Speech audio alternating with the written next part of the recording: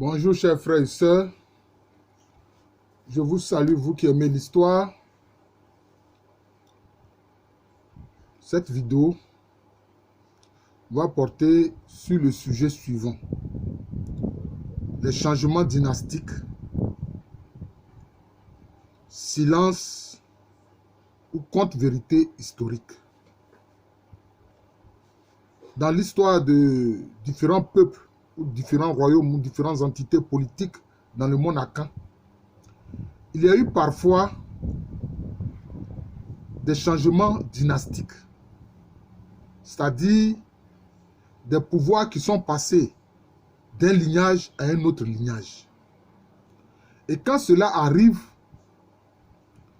l'historien, quand il va sur le terrain pour enquêter, il est confronté à des difficultés.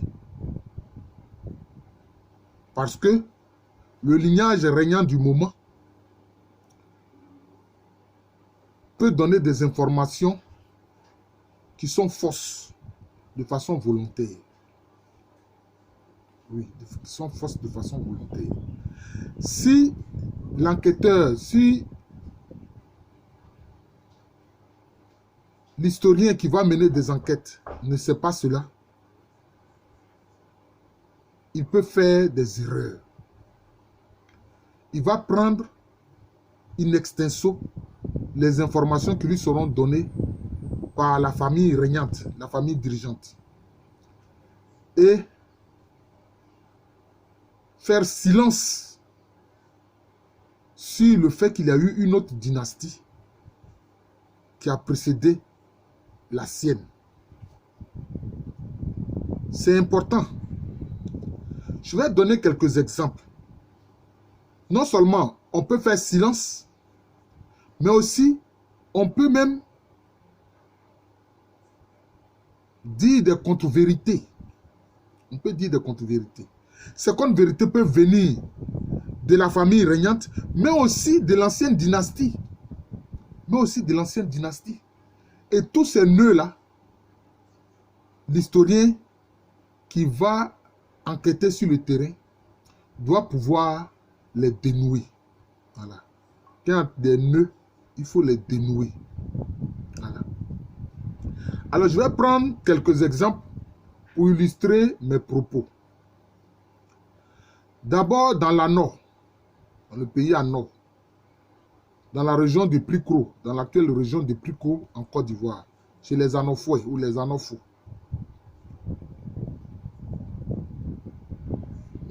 Région de Prikro. Là, il y a eu un changement dynastique. L'ancienne dynastie des Alui, qui descend de Nana Alui Ndou, a été évincée au profit d'une autre dynastie, celle des Djirimambou. Mais, quelquefois, quand on enquête en zone Alui, les Alui vous font croire que les Djirimambou sont d'extraction malinké et que leur nom Djirimambou viendrait d'un marabout qui s'appelait Djeliba Abou, etc. Or, apparemment, le terme de Djeliba fait plutôt référence au griot. Parce que en tel malinké, Djeliba veut dire griot. Mais il vous parle d'un marabout qui s'appelle Djeliba Abou. Vous voyez. Ce qui n'est pas vrai. Mes prospections montrent que le mot Djirimambou, et c'est ce que même disent les Djirimambou qui sont à Famienko, parce que l'actuelle dynastie des Djirimambou a pour capitale Famienko, qui veut dire d'ailleurs village du roi. Djirimambou, c'est un terme en langue cui qui veut dire Djimaïbou. Djimaïbou ou Djimaïbou. Les deux versions se disent en ancien. Djimaïbou ou Djimaïbou. C'est-à-dire, c'est en langue cui, s'emparer du pouvoir, plutôt s'emparer du pays, parce que Ma, c'est le pays ou bien le peuple. S'emparer du pays pour le gouverner. Bou, c'est gouverner. Vous voyez? Donc, leur nom même est en cui. Et puis, le nom des ancêtres qui donnent sont des noms en cui. Bomo famille ça. Hein? C'est-à-dire, Bomo, prends-moi tel que je suis. Bomo, communie pas. Bomo, tueur d'être humain. Vous voyez. Mais, on voit que, du côté des Alouis, on veut dire que ceux-là, ce sont des malinqués, leurs ancêtres étaient malinqués, c'est donc un étranger, etc. Vous voyez, donc là, à ce niveau-là, on voit qu'il y a des contre-vérités. C'est le premier exemple que je prends. Le second exemple, c'est juste la région Ano, mais Ano-Abé, qui est juste à côté hein, de la zone Ano, dans la zone de Katimanso. Hein. Voilà. Alors, là-bas aussi, il y a eu un changement dynastique. Vous pouvez regarder mes vidéos sur l'Ano-Abé et puis sur l'Ano. Voilà, l'Ano et puis aussi l'Ano-Abé. J'ai fait des vidéos sur le peuplement de ces zones. Aujourd'hui, dans l'Ano-Abé, la famille régnante est la famille Pengben. C'est la famille Pengben. Mais ceux-là, ils appartiennent à la migration que j'ai appelée la migration Akpafou, Ga, Krobu, Adele, Avatim. Font partie des premiers qui se sont installés dans la région. Mais quand les éléments qui arrivent du Dankira viennent dans la région, c'est d'abord eux qui vont s'imposer. Oui. Notamment le clan Asewe. Oui. Le clan Asewe. Qui est représenté dans la nord de Prikro, de la région de Prikro, par les Aouan. En fait, il y a une déformation de Agouan, Aguna, qui est le nom de la famille royale du Dankira. Vous voyez. Mais cette famille, ce clan, dans la nord Abé, était appelé Asewe. Il y a l'ouvrage de Deniels, d'un auteur qu'on appelle Deniels, sur la nord. Il montre qu'il y a eu une dynastie qu'il a appelée la dynastie des Béniers, c'est-à-dire plusieurs rois qui ont pris le nom de Béniers dans la nord Abé. Mais Béniers, ça vient de quoi? Bon, le nom Béniers existe. Hein?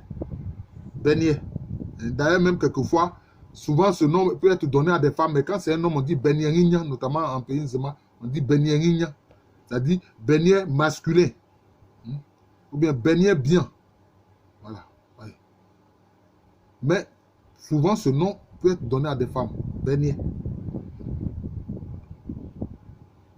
Mais aujourd'hui, dans la Noabé, on fait silence sur cette dynastie qui est issue des Asewe, qui a régné dans la Noabé, et dont plusieurs rois de cette dynastie ont pris pour nom de règne Bénier. Oui, Bénier. Oui. Mais aujourd'hui, c'est le clan Kpengben qui est au pouvoir, qui lui est issu de cette immigration qui a eu lieu au XVIIe siècle. Et dont le filon ou l'élément principal de tradition dit que les ancêtres sont descendus du ciel à l'aide d'une chaîne. Donc, comme je vous l'ai dit, j'ai fait des vidéos sur leur peuplement. Vous pouvez regarder cela. Voilà. Troisième exemple qu'on peut prendre, c'est le royaume Sahie Ahuasso, ou Asahi Ahuasso, qui est dans le Ghana actuel. Les Asahi ou Sahie, leur langue est une variante de la langue Agni. D'ailleurs, même certains Sahie ou Asahi se sont installés dans le Moronou, dans l'Agni Moronou. Ils sont dans la sous-préfecture d'Andé, dans le Moronou, dans le département du Bongwanou.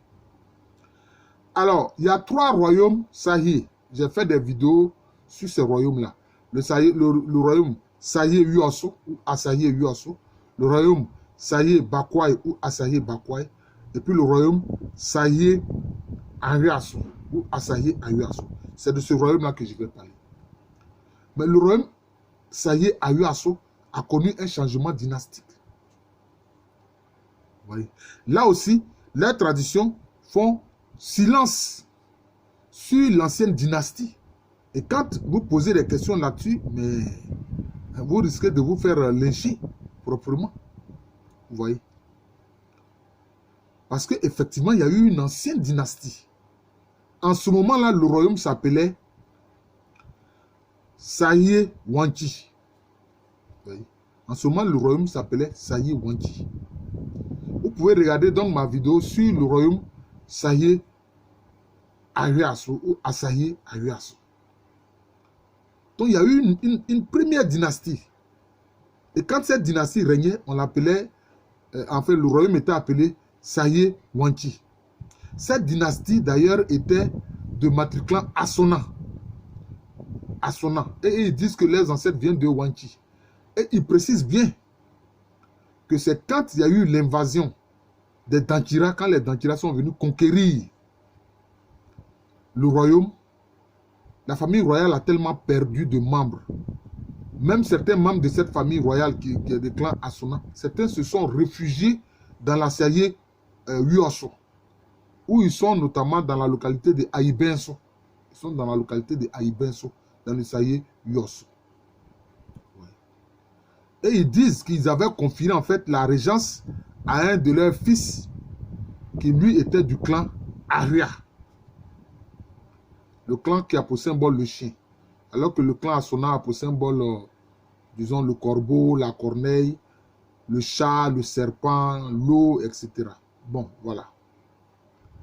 Vous voyez. Et c'est ainsi que ce fils-là qu'on appelait Nipa Paï a confisqué le pouvoir au bénéfice de son matrilignage qui est du clan Ayuaso. Si bien que dans le royaume Ayuaso, non seulement les Wanchi, plutôt les Assona, revendiquent la royauté, mais aussi il y a un autre clan même qui est de matriclan Sawa. Bon, les Sawa, en fait, c'est le nom du matriclan Abradé. Mais en fait, le matriclan Abradé est accolé au matriclan Aduana Abradé. Voilà. Ces Sawa-là aussi revendiquent le pouvoir. Vous voyez, revendiquent le trône. Et ils trouvent que ces Arias sont des imposteurs. De même que l'ancienne famille royale Wanchi. Vous voyez. Donc, c'est ce qui se passe. Donc, quand il y a un changement dynastique, ça pose problème. Et donc, les jeunes chercheurs qui vont mener des enquêtes doivent faire attention à cet aspect des choses-là quand ils vont enquêter.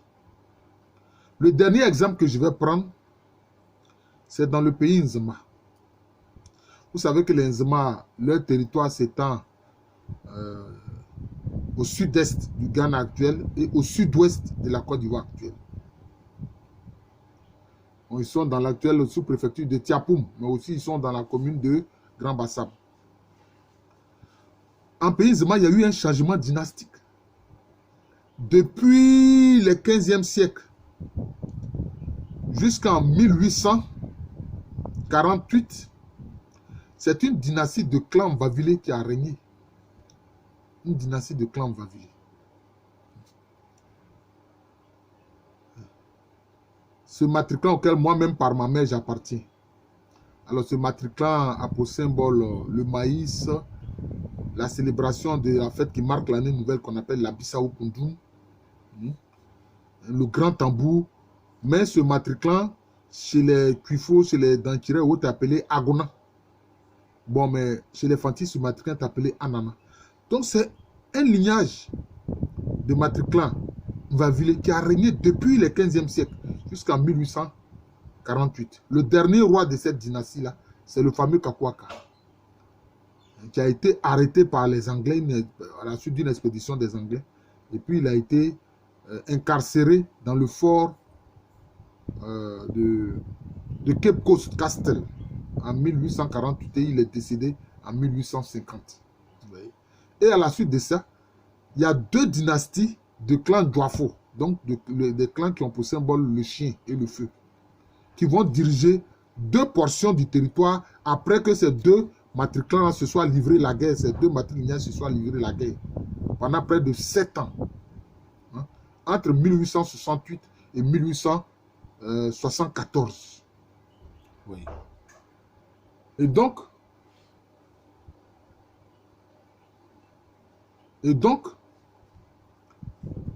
quand vous enquêtez dans le pays Nzema, si vous ne savez pas ces choses-là, on voit bien que les informations qu'ils donnent sont contradictoires, que ce soit dans le Nzema, parce qu'à la suite de cette guerre civile, le Nzema a été partagé en deux entités politiques. Le Nzema ouest et puis le Nzema est. Le Nzema ouest avait pour capitale Benyini et puis le Nzema est avait pour capitale Adouambou.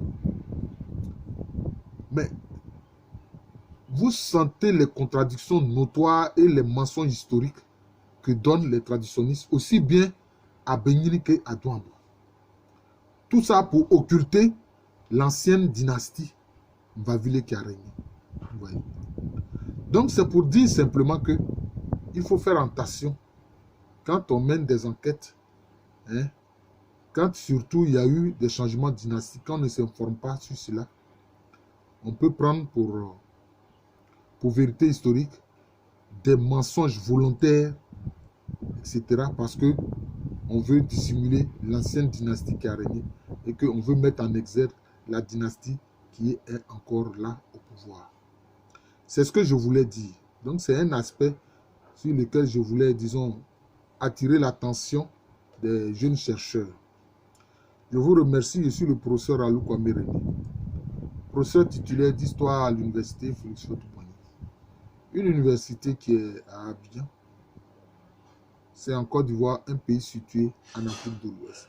Bon, les étudiants, les collègues ou ceux qui vont regarder, ils pourront aussi donner d'autres exemples, n'est-ce pas, de changements dynastiques. Ah oui, de changements dynastiques.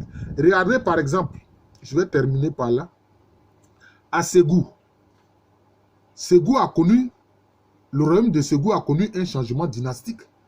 Parce que l'ancienne dynastie était une dynastie dirigée par des Koulibaly.